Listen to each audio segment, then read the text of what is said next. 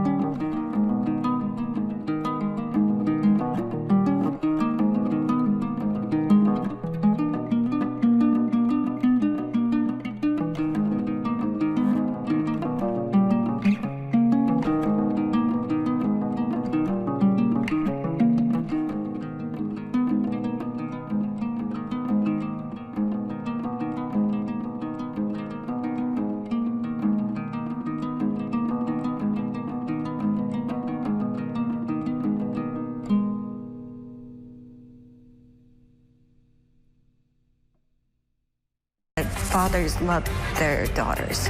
Did this come out of the blue? No, it was more of a grooming. Justine was a part of their prostitution company. Justine would show me how good sex could feel by having sex with my father in front of me. She took me into the bathroom to teach me how to French kiss. In order to do that, she kissed me. Teaching you how to French kiss your biological father? Yes. Jim found out how much money could be made from child pornography. Jim would talk about how it would be better if she learned about sex from someone who truly loves her. I fought for about 3 months and then finally did give in.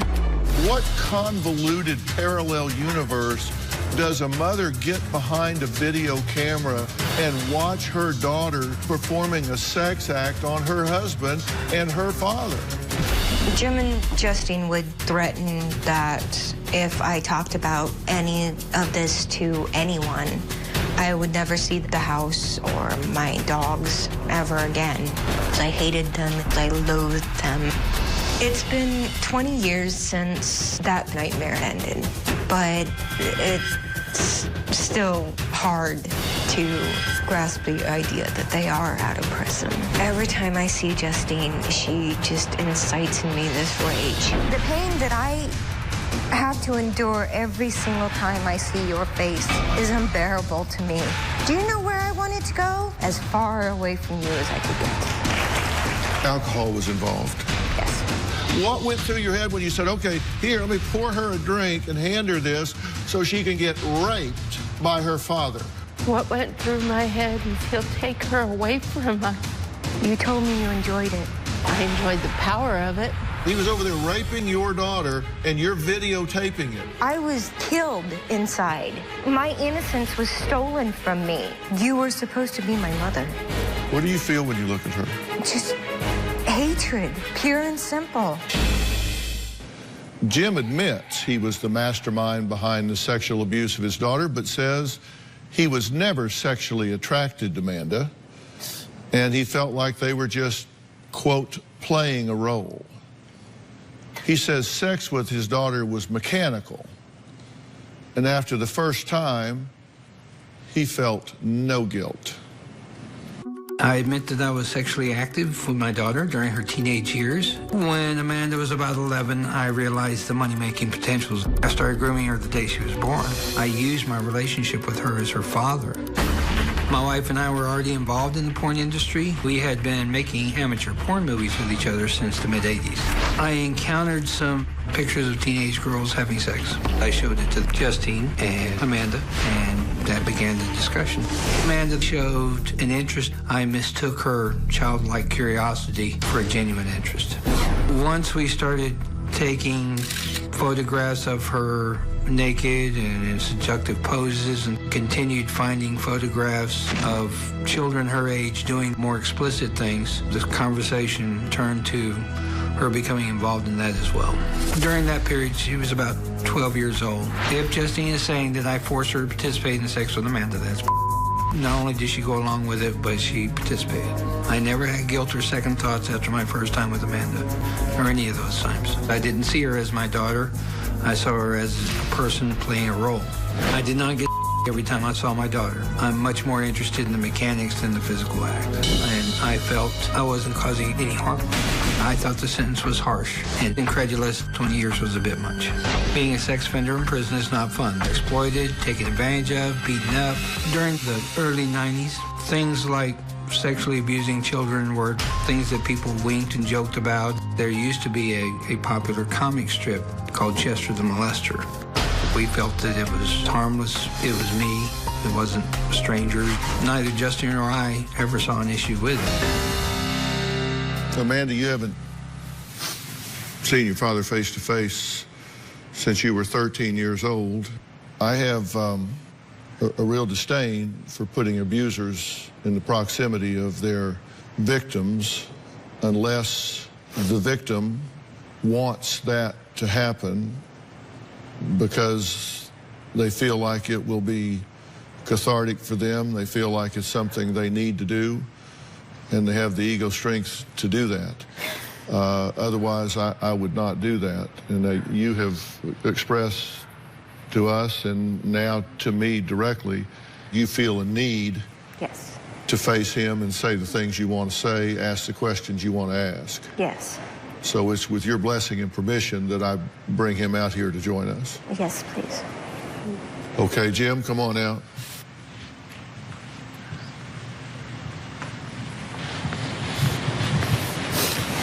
Jim, right here, if you would, please. Where to begin? How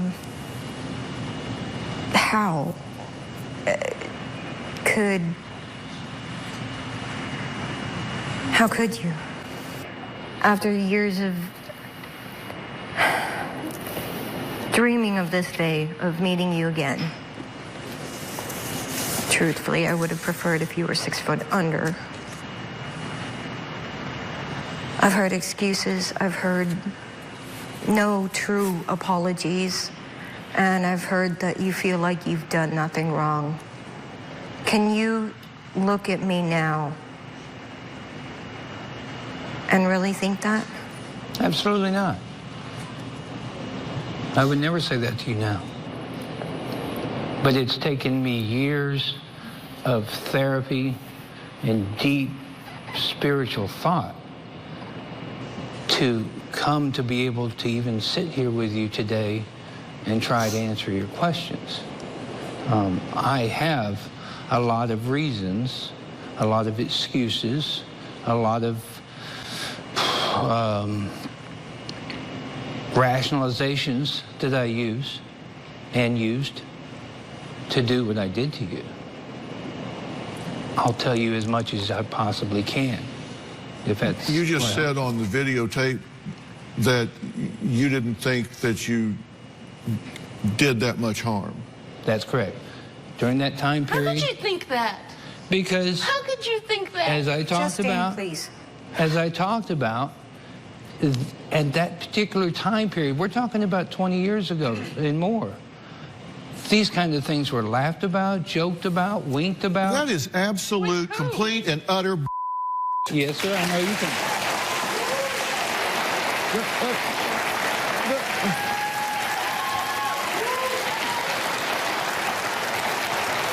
Seriously? Seriously? Are you kidding me? Are you kidding me? What I'm trying to 20 years ago, we're talking the year 2000. We're talking 1996. You're telling me that molesting your daughter, raping your child was wink, nod, nod, yuck, yuck in 1996? If you didn't think you had done that much damage... I'm sorry, guys. I'm sorry. That it was that wrong. If you thought it was joked about, why did you have me quiet? What I'm trying to say is that I did not understand the harm I was causing you. I did not understand. I personally did not know the damage I was doing to you. I didn't appreciate it. I didn't understand it. No, you said it was better for her to learn from someone who loves her. Yes. That's exactly how I perceived it at the time. 5 suicide attempts. Is that much damage? That's what you did to me. 5 suicide attempts since you were convicted. Is that much damage? Yes. I felt like I had asked for it. He groomed you. Shut up. And so did you. Let her talk. And later, to suggest parents didn't know that it wasn't okay to rape their children is insulting your intelligence. He's just thumbing his nose at you. Tomorrow, The Shining's Shelley Duvall, from red carpet to near recluse. I loved Robin Williams. I don't think he's dead. Where do you think he is? Shape-shifting. Do you see him? Yes. Her unusual beliefs. The man who's threatening me is the sheriff of Nottingham. I think there's a whirring disc inside me. And failing health. I'm very sick. I need help. Well, that's why I'm here. Then on Monday, he spent a fortune Over $700,000. on 2 mystery boxes. Is this a scam? I don't think you know the whole story. You keep telling me different stories. That's Monday. Jim and Justine would videotape me, mainly in any type of sexual act. They would take pictures of me in lingerie, naked, things of that sort. Jim told me that with the money that we could make, I could go to college and just do whatever I wanted. He would say sexual things to try to turn me on, even bribery. I never saw any of the money. I would like to let him know how his true victims really feel. He said, and I quote, I would say I abused her 4 or 5 times. Lies. Okay. Through what span? And what exactly would you deem as abuse? Keeping control, keeping your thumb on somebody, making sure you picked and chose who they dated, who they were friends with, forcing them into, grooming them for prostitution and for sexually explicit videos that were to be sold nationwide, worldwide, excuse me. Was that not abuse? My face plastered on some kind of sex doll somewhere, was that supposed to be endearing? No. No. The question I had been asked was about the physical acts, and those were the times that I could recall. And I also said that I was ashamed that I couldn't remember, as well as you, how many times it had been. That it should have been burned into my memory as much as it was yours. You were ashamed because you couldn't remember? How many there were. That's the only thing you were ashamed of? That was one of many things I'm ashamed of. Good. Hundreds of things. I carried this guilt. I still do, and I always will. Whenever I look at my daughters, I felt like I had done something to give you the impression that I asked for it. He groomed you. He groomed you. Shut up. And so did you. Let her talk. He groomed me. That's And fine. so did you. Yeah. Let her talk. But I admit Let it. her speak. I don't say there was anything right about it. I hate you. I hate what you did to us. You came back from Lebanon and all of a sudden everything had to be sexual. Everything. You made me play poker and perform sex acts on other people just for your pleasure. Just to keep you happy. Then, It wasn't then just you for broke his her happiness and brought either. her- You never expressed that you were completely dissatisfied with what you were doing. You made it sound glamorous. You made it sound fun. You No. tried to coach me No. He kept to telling me I how. had to smile and make it better for you, so you'd be happier about it. So that makes him worse than you. No, it doesn't. But it doesn't make any of it right. No. Does it? It's There's all kinds of pressure, Amanda. he Whatever her threatens, threshold was, he if I grooms. pressed her to that point and she felt pressured, then it's pressure. If it's different for her, then it's different for others, then so be it. That's how it is. It's different for everyone because everyone Exactly. is different. If she felt pressured to do those things, then because of me, then that's the way it was. It's different for everyone.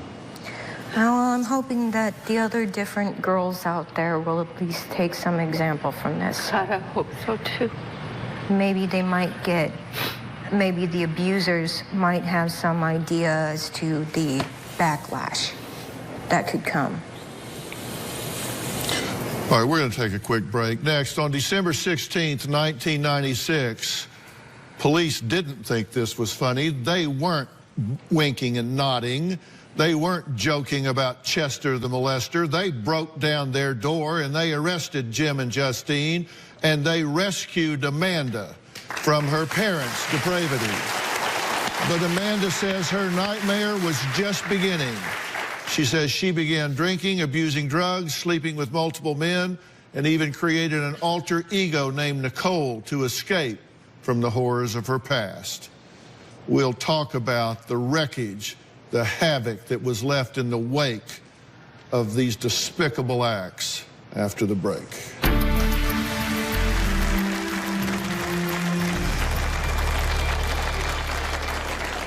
I created another personality. Her name was Nicole. Whenever Nicole would take over, it was like blacking out. And later, when you look at this picture, this is just an object of business opportunity. She was considerably older when I started thinking along. Well, we don't have any of those pictures because they were all confiscated. Wednesday on an all-new Dr. Phil. He has hit rock bottom again. Survivor Todd returns. Are you trying to drink yourself to death? I'm still living it, but I don't want to. He's having seizures. He had 12 yesterday, 2 today. And 1 strikes during the show. That's Wednesday. Being sexually abused as a child has affected every aspect of my life. It's brought a lot of hardship. I've been engaged to be married 13 times, and I've been common law married 4 times. I was actually quite an alcoholic from the age of 16 to 32 years old. I drank to be numb. It just got harder and harder to keep smiling about it and hide behind the lies that nothing had happened.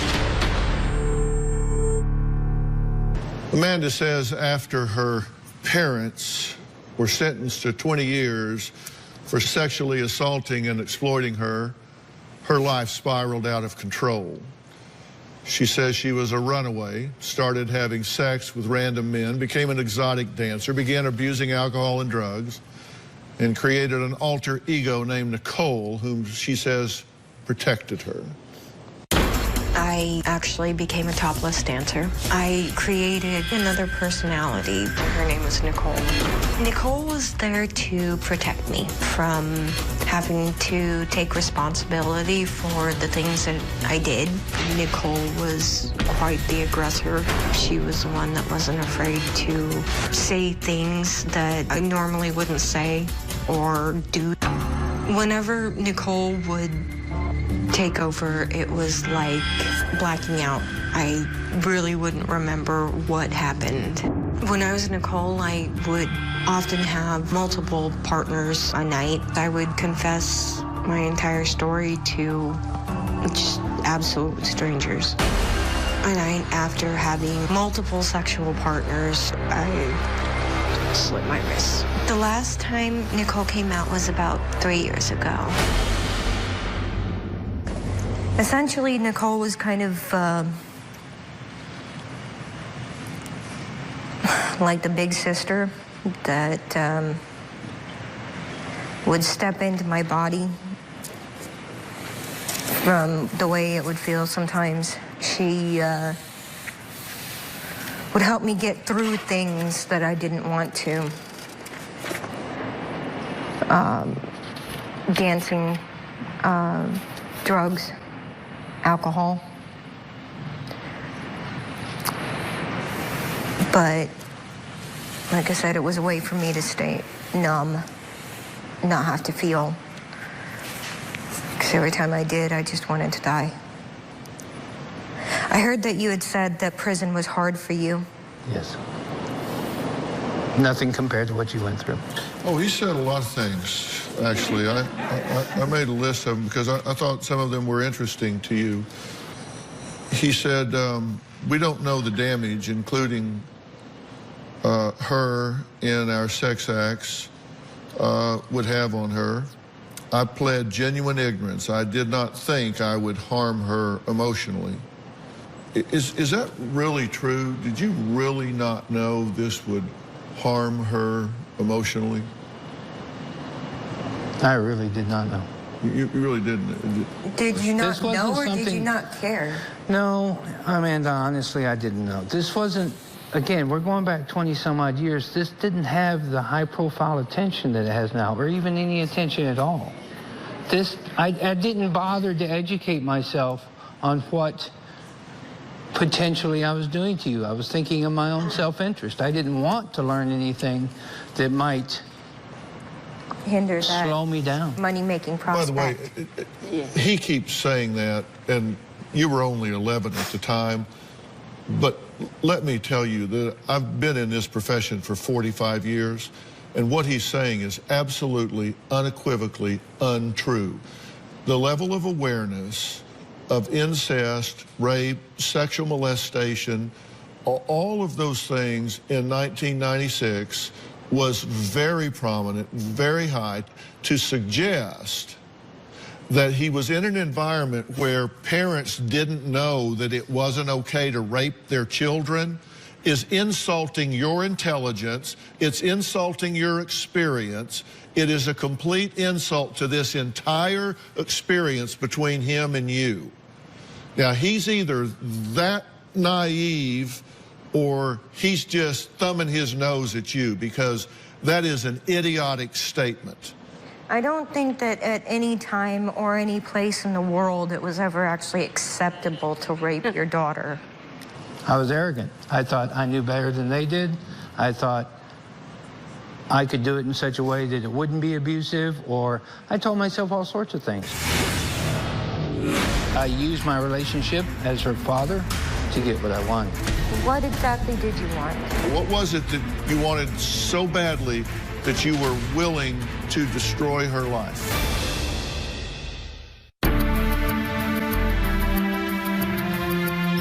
He said, I never had any guilt or second thoughts after my first time with Amanda. I didn't say I'm never doing this again. I didn't see Amanda as sexually arousing, if that makes sense. I never had an attraction to younger women.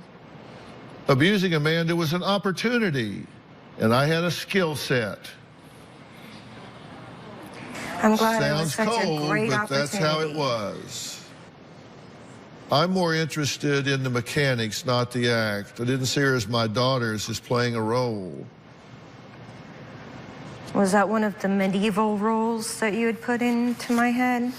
Was that one of the ideas that you were grooming me for my husband? It was what I told you. It was what I told myself. That this wasn't happening between father and daughter. This was happening between two actors. Between two actors? Yes. Wow. So you told her one thing, told yourself another, and then told me a third. Of course. And yeah. That's what we do. I'm the stupid one. That's what I do. I am. You can say that again. And you still sit there thinking that there was nothing we did wrong. No, that's not what I Everything said. was wrong. Everything. You started grooming her for about, what, 6 months, a year? You said before you started came grooming to her me? at birth, correct? I said that I used, technically that was correct, because I used my relationship as her father and her protector against her to groom her. And since I had done that since the day she was born, that I had begun grooming her from that day. Started grooming you at birth. Wow. That's what he said. It's quite a commitment. So That's not definitely gives saying new that meaning to I baby started out the farming. day you were born thinking this is the future I had planned for you. That's not what I meant. What I meant was I exploited my relationship with you to get what I wanted. Why? Because I wanted what I wanted. What exactly did you want? You didn't want me, so you said. What exactly did you want? I wanted the money that would come from it. Buy yourself a new family? No. Yes. That probably would have turned out a little bit better. Yeah. There's absolutely... Okay, stop talking. Answer her question. What did you want? What was it that You wanted so badly that you were willing to destroy her life. I can't honestly say that I was seeing myself as destroying your life. I honestly did not believe that I was. Well, let's get past that. What exactly did you want? This became just another challenge to me. And for that, if no other reason, I objectified you. I didn't see you as my daughter anymore. Just another obstacle.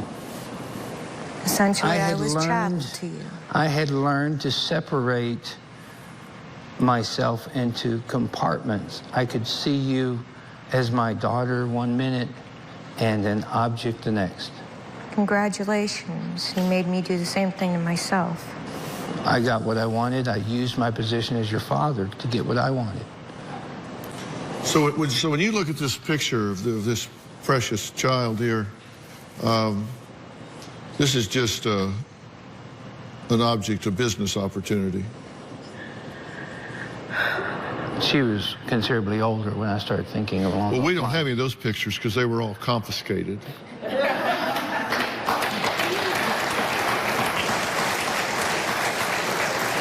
She jumps from really young to later teen years because everything in between was confiscated. There were a lot of pictures that weren't pornographic as well. Yeah, we don't have them. Jim says he doesn't consider himself a pedophile. We'll talk about that after the break.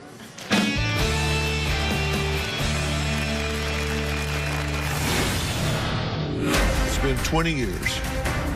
What is it that you need to say to him or ask him?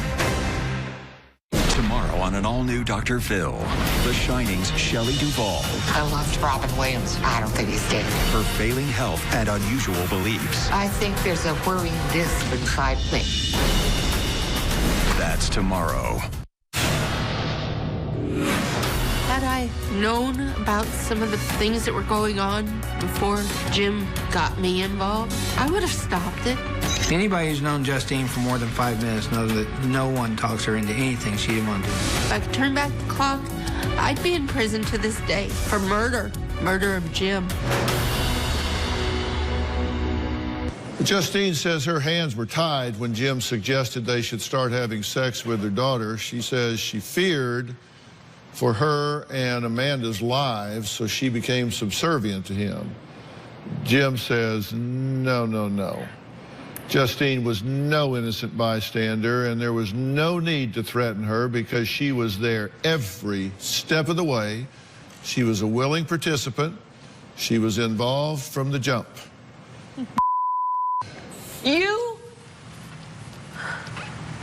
had been grooming her for months, if not years, before you came and even tried talking to me. I kept telling you no, no, no. And that's just an excuse as well. You're probably Not right. necessarily. I am right. We wrote letters while we were in prison, and he wrote me one, and he said, you act like I had to drag you kicking and screaming into doing something you like. I said, no, you always dragged me kicking and screaming into doing something that you liked. It's been 20 years. And I want to save some time to speak to you about you. What is it that you need to say to him or you need to ask him? After you were arrested, I heard several things from both sides of the story, stating that you called me a liar, said that these things never happened the way I said them. Many of the time it was just when the families saw the videos did they actually believe me. Why? Why would you say something like that? Until I finally got some treatment that I understand the harm and damage, that I at least have some understanding. I'm not living your life. I haven't been through what you've been through. I've just been given more information, given the chance to think about what I did to you. I do remember people telling me that She's absolutely been ruined by this. You've victimized her for life. You've ruined her life. And at that time, I thought, wow, they're overstating. I don't think I did that much harm to her. What do you think now? Am I scarred for life? I've known it for a long time. You said that you were, you had a hard time in prison? Yes. Nothing compared to what you went through. I didn't try to categorize it that way. People ask me what it was like, and I tell them. The other thing I have to ask you, are these just words? You're a master manipulator. You're very charming to very many people. You're one of those that can feign emotion rather well. Are these just words? Do you have any type of sincere apology in you? I hurt you in ways that most abusers don't. I took away your trust. I took away your right to have a parent and a guardian and a protector and a guide. Two. I stole all those You took away two. I took away both of them.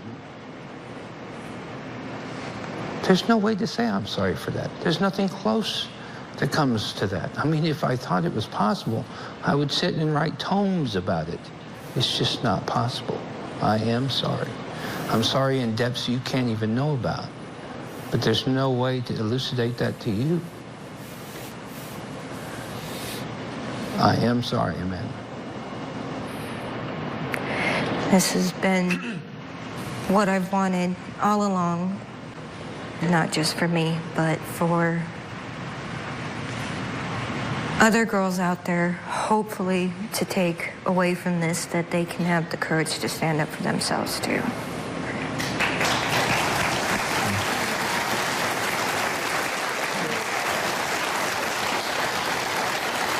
Okay.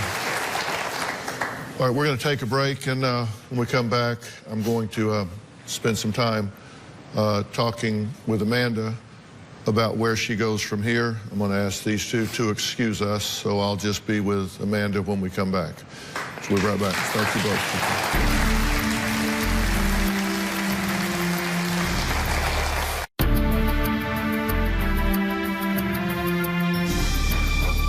Amanda, I hope that this served the purpose that you wanted it to serve. People that are emotionally broken, people that are emotionally barren, people that are emotionally crippled can't give away what they don't have. Some of the things that Jim had to say about, oh, this was a time when this was all kind of laughed about, and excuse my language at the time, do not let anything that he says trivialize, minimize, or in any way cheapen the gravity of what has happened to you. What was done to you is unspeakable. It is unimaginable.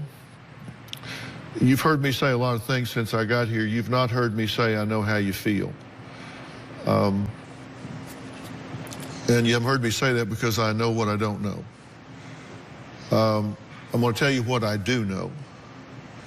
What I do know is that you had absolutely no responsibility for what happened when you were a child.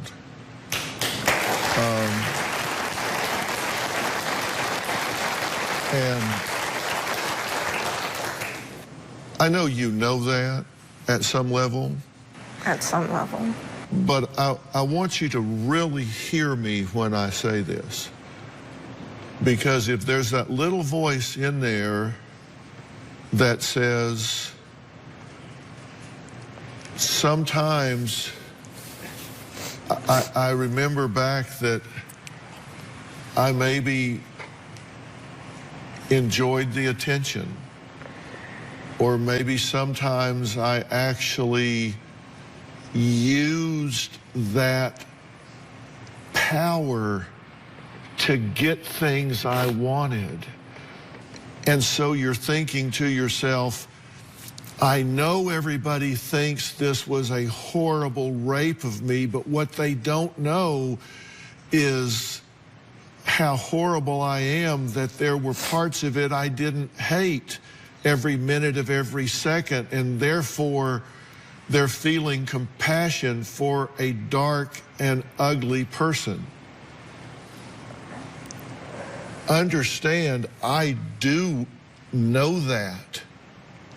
That's part of the distortion that goes through with the hedonism of being seduced as a child.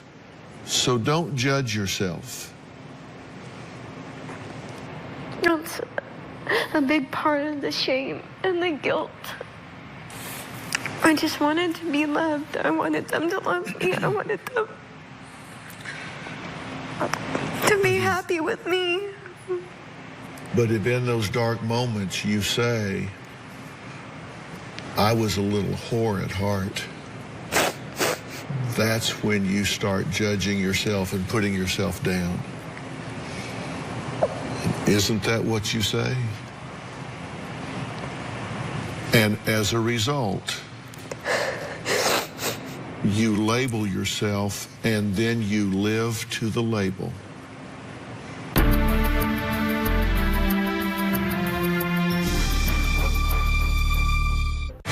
What's coming up on Dr. Phil? Visit our website and subscribe to our email newsletter. You'll get weekly updates, life strategies, and exclusive video that you won't find anywhere else.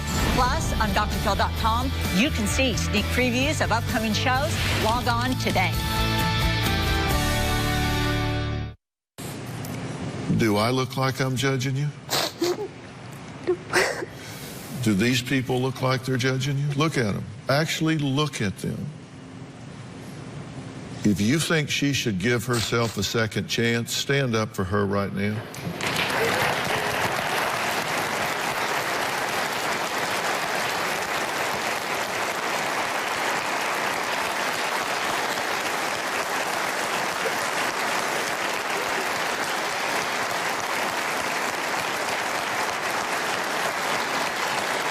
Look around the room.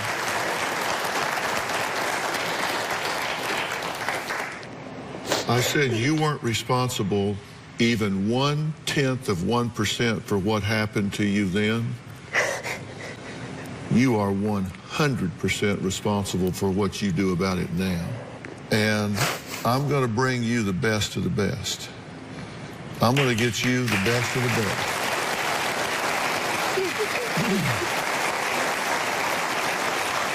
And that's our gift to you. And the first thing I want to do is I want to start out by calling a timeout, and I want to arrange for you to go see my good friend, Miles Adcox, and his folks